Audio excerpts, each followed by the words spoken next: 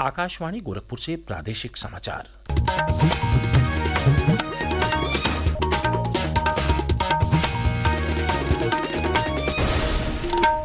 नमस्कार, समाचार बुलेटिन के साथ मैं वेद प्रकाश पाठक। पहले मुख्य समाचार। मौनी अमावस्या पर प्रयागराज महाकुंभ में 10 करोड़ श्रद्धालुओं के पहुंचने की संभावना। मुख्यमंत्री योगी आदित्यनाथ ने समीक्षा बैठक में कहा, श्रद्धालुओं की सुरक्षा और सुविधा के लिए युद्ध स्तर पर करें तैयारियां। प्रयागराज महाकुंभ में श्रद्धालुओं के आवागमन के लिए रेलवे ने किए विशेष प्रबंध। आज देश के अलग अलग हिस्सों से चलाई जा रही 30 से अधिक महाकुंभ स्पेशल ट्रेनें। केंद्रीय शिक्षा मंत्री धर्मेंद्र प्रधान ने किया काशी तमिल संगमम के तीसरे संस्करण के पंजीकरण पोर्टल का शुभारंभ। इस बार महाकुंभ का आनंद लेंगे संगमम के प्रतिभागी। अंतर्राष्ट्रीय महिला क्रिकेट में भारतीय टीम ने रचा इतिहास। एक दिवसीय मुकाबले में आयरलैंड को 304 रनों से हराया। और पूरा प्रदेश भीषण शीतलहर और कोहरे की चपेट में।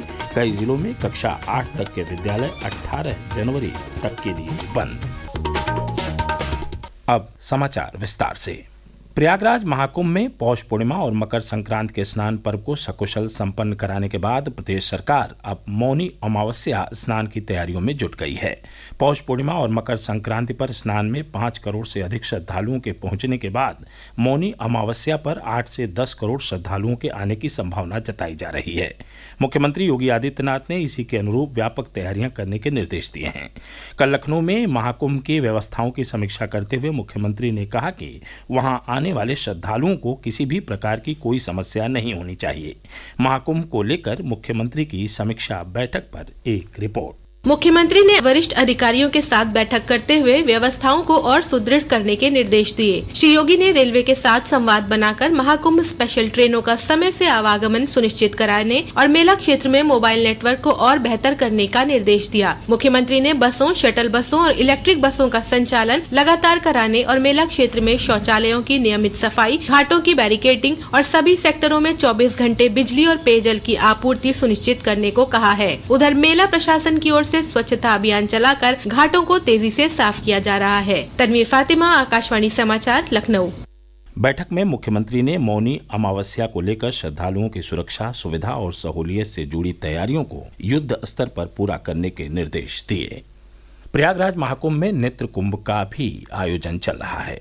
इसमें प्रतिदिन 10,000 लोगों के नेत्र परीक्षण की व्यवस्था की गई है। नेत्र महाकुंभ में योगदान देने के लिए देश के कई हिस्सों से विशेषज्ञ चिकित्सक यहां आ रहे हैं। नेत्र कुंभ के आयोजन समिति के सदस्य डॉक्टर रंजन वाजपेयी ने बताया, 2025 के कुंभ में हम लोगों का जो लक्ष्य है वो 5 लाख श्रद्धालुओं का नेत्र परीक्षण करने का लक्ष्य है। और जिस तरीके से कैलकुलेटिव है कि उसमें से 60% लोगों को चश्मे की आवश्यकता भी रहती है। वर्ष 2019 के कुंभ मेले में नेत्र कुंभ ने Limca book of world record में स्थान बनाया था और इस वर्ष का लक्ष्य Guinness book of world record में नाम दर्ज कराना है। प्रयागराज महाकुंभ में आज से आस्था के साथ ही संस्कृत के महाकुंभ का भी शुभारंभ होगा। इस विशेष आयोजन में देश के नामचीन कलाकार मेला क्षेत्र में बने पांडालों में प्रस्तुतियां देंगे। एक रिपोर्ट। सांस्कृतिक कार्यक्रमों की श्रृंखला में मुख्य मंच गंगा पंडाल का होगा, जिसमें बॉलीवुड गायक शंकर महादेवन के सुरों की गंगा में श्रोता आनंद की डुबकी लगाएंगे। वहीं यमुना पंडाल में काशी के संस्कृत विद्यालय के विद्यार्थी मंगलाचरण की प्रस्तुति करेंगे। सरस्वती पंडाल में दर्शक नौटंकी विद्या से रूबरू होंगे। प्रवीण मिश्र, आकाशवाणी समाचार, प्रयागराज। महाकुंभ मेला क्षेत्र के सेक्टर 1 स्थित परेड ग्राउंड में बने गंगा पंडाल में 10,000 दर्शकों के बैठने की क्षमता है। महाकुंभ में शामिल होने के लिए देश और दुनिया से लाखों श्रद्धालु लगातार प्रयागराज पहुंच रहे हैं। देश के अलग अलग हिस्सों से श्रद्धालुओं के आवागमन के लिए रेलवे की तरफ से बड़ी संख्या में महाकुंभ स्पेशल ट्रेनें चलाई जा रही हैं।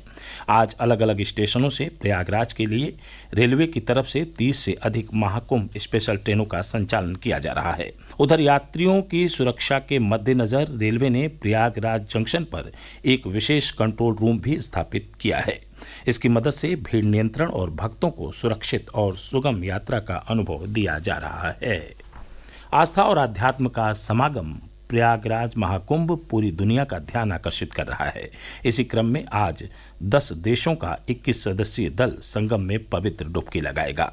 हमारे प्रतिनिधि की रिपोर्ट। विदेश मंत्रालय भारत सरकार के external publicity and public diplomacy division के आमंत्रण पर आए दल में Fiji, Finland, Guyana, Malaysia, Mauritius, Singapore, दक्षिण Africa, Sri Lanka, Trinidad and Tobago और संयुक्त अरब अमीरात के प्रतिनिधि शामिल हैं। कल प्रयागराज पहुंचे इस दल ने महाकुंभ मेला क्षेत्र में हेरिटेज वॉक की और प्रयागराज की सांस्कृतिक और ऐतिहासिक धरोहर का अनुभव किया। आज त्रिवेणी में पवित्र डुबकी लगाने के बाद यह पर्यटक दल हेलीकॉप्टर से महाकुंभ क्षेत्र का हवाई दौरा करेगा। प्रवीण मिश्र, आकाशवाणी समाचार, प्रयागराज। 10 देशों से आए इस दल के आवास की व्यवस्था अरैल क्षेत्र स्थित टेंट सिटी में की गई है। प्रादेशिक समाचार आप आकाशवाणी गोरखपुर से सुन रहे हैं। यह समाचार बुलेटिन हमारे YouTube channel AIR news Gorakhpur और X हैंडल AIR न्यूज_GKP पर भी उपलब्ध है। महाकुंभ 2025 से जुड़ा हर अपडेट अब आपको मिलेगा कुंभवाणी पर। कुंभवाणी, जी हाँ, महाकुंभ को समर्पित आकाशवाणी का विशेष चैनल। सुनिए हर दिन 3 कुंभ बुलेटिन, सुबह 8:40, दोपहर 2:30 और शाम 8:30 पर प्रयागराज में FM 103.5 मेगाहर्ट्ज पर। इसके अलावा कुंभवाणी उपलब्ध है हमारे न्यूज ऑन AIR ऐप पर और OTT प्लेटफॉर्म वेव्स पर।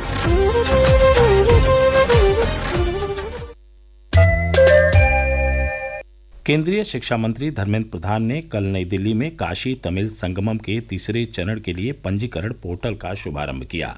इस अवसर पर उन्होंने कहा कि इस वर्ष काशी तमिल संगमम 15 फरवरी से 24 फरवरी तक वाराणसी में मनाया जाएगा। श्री प्रधान ने कहा कि यह पहली बार होगा जब काशी तमिल संगमम के प्रतिभागी महाकुंभ का आनंद लेंगे और अयोध्या में राम मंदिर का दौरा करेंगे। इस बार काशी तमिल संगमम कुंभ की अंदर होगा। एक रात कुंभ में भी प्रतिनिधि रहने वाले हैं। पर अयोध्या का विशेषता इस बार ये बढ़ जाती है, महाप्रभु श्री राम जी की जन्मस्थान में भव्य मंदिर और प्राण प्रतिष्ठा के उपरांत पहला काशी तमिल संगमम होगा। श्री प्रधान ने कहा कि काशी तमिल संगमम में 1200 प्रतिनिधि शिल्पकार और 9 प्रवर्तक शामिल होंगे। इसके तहत सभी केंद्रीय विश्वविद्यालयों के 200 तमिल विद्यार्थियों का एक समूह वाराणसी, प्रयागराज और अयोध्या की यात्रा करेगा। भारतीय महिला क्रिकेट टीम ने कल गुजरात के राजकोट में आयरलैंड को 304 रन से हराकर एक दिवसीय क्रिकेट के इतिहास में अपनी सबसे बड़ी जीत दर्ज की। भारतीय टीम ने पहले बल्लेबाजी करते हुए 5 विकेट पर 435 रन बनाए। यह भारत की तरफ से पुरुष और महिला दोनों टीमों के लिए अब तक का सर्वोच्च स्कोर है। भारत से मिले लक्ष्य का पीछा करते हुए आयरलैंड की टीम 131 रन ही बना सकी। भारतीय टीम के लिए कप्तान स्मृति मंधाना ने ताबड़तोड़ बल्लेबाजी करते हुए 135 रन बनाए। पूरा प्रदेश इन दिनों भीषण शीतलहर और कोहरे की चपेट में है। इसके चलते ट्रेनों के संचलन पर भी खासा असर पड़ा है और लंबी दूरी की अधिकांश ट्रेनें 5 से 7 घंटे की देरी से चल रही हैं। भीषण ठंड और कोहरे को देखते हुए गोरखपुर, वाराणसी, सुल्तानपुर, अंबेडकर नगर में कक्षा 8 तक के स्कूल 18 जनवरी तक और पीलीभीत तथा मैनपुरी में कल तक के लिए बंद कर दिए गए हैं। मौसम विभाग ने आज और कल के लिए प्रदेश के पश्चिमी और पूर्वी हिस्से में घने कोहरे का ऑरेंज अलर्ट जारी किया है। साथ ही कई जिलों में बारिश का अनुमान भी जताया है। प्रदेश में मदरसा शिक्षा परिषद की मुंशी, मौलवी और आलिम की परीक्षाओं के ऑनलाइन आवेदन फॉर्म अब 18 जनवरी तक भरे जा सकेंगे। इसे लेकर मदरसा बोर्ड ने अंतिम तिथि को तीसरी बार बढ़ा दिया है। और अंत में इस बुलेटिन के मुख्य समाचार एक बार फिर।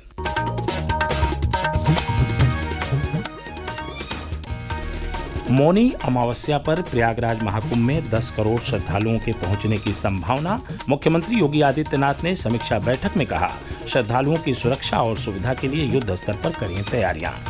प्रयागराज महाकुंभ में श्रद्धालुओं के आवागमन के लिए रेलवे ने किए विशेष प्रबंध।